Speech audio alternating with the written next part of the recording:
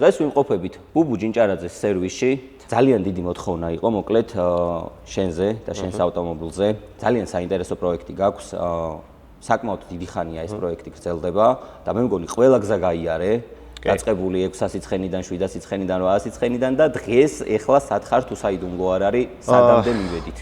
ნუ საბოლოო შედეგი ბოლოს 1 წლის უკან დინოზე რო იდგა 1480 ცხენი დაწერა ძრაუზე. მაგრამ მე დავწიეთ წნევა, რადგან შესაბამის ნაწილებს ველოდებოდით, მაგ ჯანის რეალიზებას მაინც ვერ გავაკეთებდი და 1200-ზე ძრაუზე გავაჩერეთ. ამ მანქანის პროექტი დავიწყეთ წინა სეზონში და ისე მოხდა ყველაფერი, რომ ძალიან გვიან დავიწყეთ, უკვე დრაგის ეტაპები ჩანიშნული იყო და შესაბამისად თავიდან სუსტოკი ძრავით გამოვედით. ანუ გვეყენა მხოლოდ ტურბო, ტატო ფუხაშვილთან გავაკეთეთ. ასევე დავაყენეთ საწვავის სისტემა და всё, დანარჩენი ყველაფერი ქონდა სტოკი, კოლოფით სტოკი ქონდა. ძრავით სტოკი იყო, შემშვები კოლექტორით სტოკი იყო და ნუ იდეაში ბევრს ვერაფერს ვერ ვიზამდით და მოლოდინიც არ გქონდა. მთავარი იყო ჩვენთვის, რომ დრაგის პირველ სერიაში მონაწილეობა მიგვეღო. შესაბამისად, მივიღეთ მონაწილეობა, საუკეთესოდ რო ვერ ვაჩვენეთ, ტოპ 8-დან გამოვეთიშე, როგორც მახსოვს, ტოპ 8-მდე მივედით. ნუ ეგეც გამართლებით მივედით. მთავარი პრობლემა რა იყო ამ ყველაფრის? აი საიდან მოდიოდა? მთავარი პრობლემა, ყველაზე დიდი პრობლემა ისაა საქართველოში, რომ ნაწილები აქ არის შოვება და ყველა პონჩი გვიწევს გამოწერა, რასაც ძალიან დიდი დრო ჭირდება. შეიძლება დღეს პორშინი გამოწერო და ხვალ კოლოფი გამოწერო, პორშინი ჩამოვიდეს 15 დღეში და კოლოფი არ ჩამოვიდეს თვეები, 2 თვე, 3 თვე, ზუსტად ეგრე შეგვემთხვა. სანამ მანქანას ვიყიდეთ, კოლოფის გიდრომობდა რა და გიდრომობდა დრაგში, რომ 0-აში საჭიროა, ეგ მსოფლიოს მასშტაბით ყველამ ვიცით და მანქანა დავასრულეთ საუკეთესო დროებში 100-200-ებიც გავიარეთ, 200-250-ებიც გავიარეთ, დრაგის მთლიანი სეზონი ჩავატარეთ და ყველაფერი რომ მორჩა გიდრომობდა მე ჩამოვიდა. მაგის გამო იყო იდეაში მთელი პრობლემა იყო გიდრომუტის გამო, რომ სტარტი არ გქონდა და შესაბამისად თუ სტარტი 412-ზე არ გაქვს 0-ას იდეალური, ვერც ვერაფერს ვერ იზამ და ვერც ვერავის გააკვირვებ. მე მახსოვს, რომ შენ ყავდა ძალიან ლამაზი, ძალიან მაგარი M3, რომელიც იყო უსაფრთხოების კარკასში და რატო გადაწყვიტე, რომ სრულად ჰომოლოგირებული ეგ ავტომობილი გაგეყიდა, ასე ვთქვათ. იდეაში სანამ გაყიდვას გადავწყვეტ, მაგის აწყობა რატო გადავწყვიტეთ ბიჭებმა და ჩემმა გუნდმა გეტყვით ყველაფერს რა. ჩვენ მყავდა F82 M4, რომლითაც ვიღებდით დრაგის სერიებში მონაწილეობას, არაერთი პირველი არა, მეორე ადგილი გვაქვს წამოღებული F82-ით და დღემდე ინარჩუნებს მსოფლიო რეკორდს დრაგის აპლიკაციაში, რომ შეხვიდე 100-200-ში და 200-250-ში. პირველზე ვართ და მეორეზე ვართ 200-250. ნუ ეგ მანქანა იყო ძალიან იდეალური მანქანა, რომლის ესე ვთქვათ გახაფანგება არ გვინდოდა.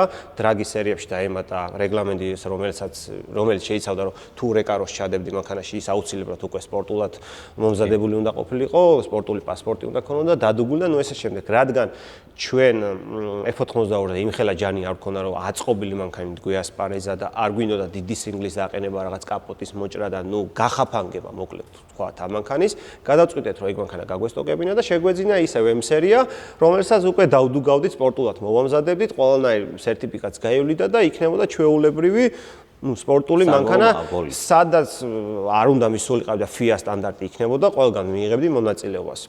გავასტოკეთ M4, ჩამოვიყვანეთ M3, დავშალეთ, დავდუგეთ, ძრავი ავაწყვეთ, გავაკეთეთ, მოვამზადეთ, რავი, აი, ვაფშე ყველაფერი უმაღლეს დონეზე გავაკეთეთ და დავიწყეთ დრაგის სერიებში მონაწილეობის მიღება.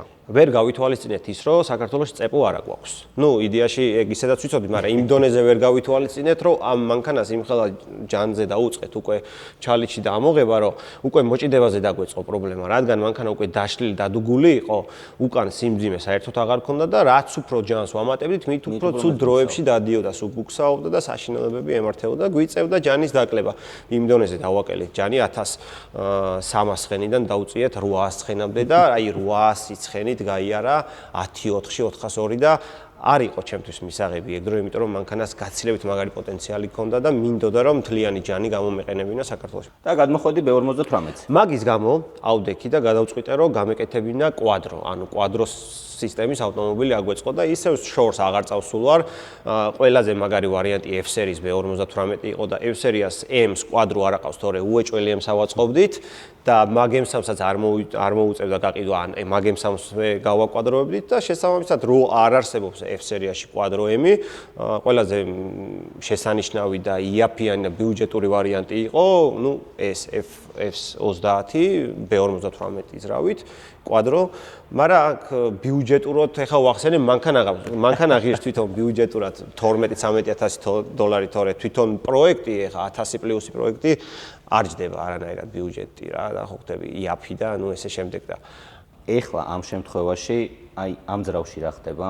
დაახლოებით რა ბიუჯეტზე არის საუბარი, რა კომპონენტებისგან არის აწყობილი და რა იქნება ამ ძრავის მაქსიმალური აი ამ ძრავში ხო მაქსიმალური შესაძლებლობას გეტყვი ეხავე ამ ძრავში სტოკი რა ნუ ქარხნული რაც შეიძლება იყოს არის კალენვალი დატოვებული ნიზი და გალოვკა ანუ კინეულობა რა ძრავის კომპიუტერი და კოლოფის კომპიუტერი ქარხნული გვიყენია სტოკს რასაც ვიძახით არ შევხებივართ BMS-ია დამატებითი ინჟექტორებისთვის და დამატებითი ბუსტისთვის და ნუ ესე დამატებითი რაღაცების სამართავად ხო დამატებითი რაღაცების სამართავად გვიყენია რეფლექსი ეგ მართავს ამ ყველაფერს ნუ 5 ინჟექტორს დააყენებ 10 ინჟექტორს თუ ბუსტის დარჩიქს 2 თუ 3 თუ საწვავის სისტემას ნასოსებს მაგას უკვე ჭირდება დამატებითი კომპიუტერი რომელიც არის უკვე რეფლექსი უბრალოდ უშუალოდ ქანებით უკავშირდება ძრავის კომპიუტერს და მე ამ ყველაფრის ერთად შერწყმა ხდება პლატფორმით ეს არის პლატფორმა რა პლატფორმაზეც ეკუტექსზე ყავს დანასტროიკებული და მარტო ტექნიკური მხარე არ ნიშნავს იმას რომ დაждდე და გაიქცე ამ ყველაფერს პროგრამულად უზრუნველყოფა ჭირდება სწორად გაკეთება ჭირდება იმიტომ რომ ერთ დაჭერაში შეიძლება ეგ ყველაფერი დამთავრდეს თუ სწორად არ არის ყველაფერი გაკეთებული და ყოველ ზაესზე ვამოწმებთ ხოლმე ლოგს ვიღებთ და ავტო ყველაფერს ამოწმებს რომ ყველაფერი ნამდვილად წესრიგში ასევე გვაქვს სატესტო მაპი რომელიც მაპითაც ჯერ სატესტო მაპს ჩავაგდებთ ჯერ გავივლით ბანზე თუ ყველაფერი ნორმაშია მე გადავდივართ უკვე ბაევოი მაპზე და ვაჭერთ ბაევოი მაპით ჩვენ ბოლოს 1200 ცხენით გავიარეთ 100-200 სამიერტში 200-250 2-2-ში მთელი ამ მანქანის აწყობის მუღამი იყო ის რომ გვინდოდა რომ მთლიანად თავიდან დასბორილი უნდა ყოფილიყო სალონით გარეგნულად ძალიან მაგარ ვიძე უნდა გამოიყურებოდეს ნუ ხედავთ კიდევაც კაპოჩიგნითაც სალონშიც და რავი ანუ ყველაფერი მაქსიმალურად ჩავდეთ რომ ყოფილიყო იდეალურზე იდეალური ამ ყველაფერთან ერთად გვინდოდა რომ ყოფილიყო ჩქარი მაქსიმალურად შევეცდები 402 მეტრი ბანზე უნდა გავიარ ყველაფერში იმიტომ რომ ტრეკზე ვერ გავვლი შესაბამისი გზა მაგ არა გვაქვს რომ მოვეჭიდო და მე გავჩერდი ამ ჯანით და ამ წონით 8 ნახევარს ვფიქრობ 8 ნახევრიდან გამოსვლასაც აი 8-4 8-5 412-ს გავივლი რა ყველაზე ჩქარი აი ეს მოდელები სად არის? საით არის უფრო? ამერიკაში, ევროპაში? ამერიკა, რუსეთი, გერმანია, ინგლისი, აუ ყველგანაა რა. BMW იმ დონეზე მოდებულია და იმ დონეზე უყვარს ყველას, რომ თან ეს ახალი თაობები ისე მაგრაკეთება, ანუ სტოკი ძრავიდან 1000 პლუს ცხენს იღებ. აი მაღაზია უკვე ლაპარაკი ზედმეტია რა, ანუ ქარხანავე გეუნება რომ და გააძლევს შესაძლებლობას, რომ რა ცხენითაც გავზრდებს, სამი იმდენი დაიმატოს სტოკშივე და რავი, ეხლა ცოტა მტკივნეულ თემას შევეხოთ, დახურულ ბანზე ვისაუბროთ, რამდენად უსაფრთხოა ეს ყველაფერი, ნუ მესმის, რომ იქ მივდივართ, ყველანი ვართ მომზადებულები, 3-4 ავტომობილია ხოლმე ვარჩევთ შესაბამის მომენტს, რომ მოძრაობა არ არის რაღაცეები, მაგრამ ნუ მაინც საქართველოში მე ვფიქრობ, რომ პროფესიონალური ტრეკი გვჭირდება. კი, საქართველოში ყველაზე დიდი პრობლემა თავიდანვე რამდენჯერაც შევეხეთ და ვისაუბრეთ მანქანის მოჭიდებაზე, ზუსტად პრობლემა ეგ არის, რომ ტრეკი არ აქვს. დრაგ სტრიპი არ აქვს რა, ანუ გულისხმობ იმას, რომ ტრეკები არის წრიულს დადიან, დრიფს დადიან, შეჯიბრებები ტარდება, ლილოშია, რუსთავშია, მაგრამ როგორც ასეთი დრაგის ტრასა არ აქვს. დრაგის ტრასას თავისი წესები და კანონები აქვს, ხო ხვდები რა, ანუ ესე მოდი ძმა აქ სადაც სტარდება წრიული ბოლა შენ 402 მეტრი გაიარე, გაივლი 700-800 ცხენიანი მანქანით, მაგრამ 1500 ცხენიანი მანქანით ვერ გაივლი 402 მეტრის მერე რეგლამენტში როგორც ვიცი 800 მეტრი გასაჩერებელი უნდა გქონდეს, მერე კიდე 400 მეტრი თუ რაღაცა ხრეში უნდა იყოს და ნუ ესე შემდეგ და ეხა ამ მანქანაზე როცა ჩვენ სოფლიო რეკორდებზე ვსაუბრობ და სოფლიო დონის პროექტებზე ვსაუბრობ და დღეიმდგომარეობით სოფლიო დონის მანქანებში პირველ-მეორე ადგილებს ვიყოფთ ამ მანქანით ჩვენ ტრეკზე ვერსად ვერ გახვალ და 200-250-საც ვერ გაზომავ და ვერც 200-300 და შესაბამისად გვიწევს დრაგის იქეთ რომ გავიდეთ დახურულ ავტობანზე, დაჭერა მანქანის დროების გაზომვა და ესე შემდეგ, თავისთავად მაგას ყველაფერს ვაკეთებთ. უსაფრთხოდ თავისთავად მაგას ვაკეთებთ ყველაფერს ბიჭებთან ერთად დახმარებით, მანქანებით, რომ ერთმანეთს მეუბნებით უსაფრთხოა მანქანა, ესე შემდეგ რა ეხა, კაი იქნება თუ ვინმე რომელიმე ადამიანი აიღებს თავის თავზე და რაღაცა დრაგის ტრასას გააკეთებს, არა მარტო ჩვენ ძალიან ბევრი ადამიანი გადავა და მივა და გადაიხდის იმ 30 იქნება. მე მაგალითად 200 ლარსაც გადავიხდი, დღეში 200-300 ლარს გადავიხდი, ვინმე რომ დრაგის ტრასაზე შემიყვანოს და მითხრას რომ აი აქ არის დრაგის ტრასა და რაც გინდა ქენი რა, ანუ იქ დაცული ხარ მაინც რაც არ უნდა იყოს, კედლებია, წეპუა, ჯანს იყენებ, შესაძლებლობებს იყენებ და ყველაფერს აკეთებ და ეხა რუსთავში 200-250-ს ვერ გაზომავდი. აი ფიზიკურად და ვერც 200-300 და გვიწევს დახურულ ავტომატზე გასვლა და მაგ ყველაფერს გაკეთება. მადლობა ძალიან დიდი.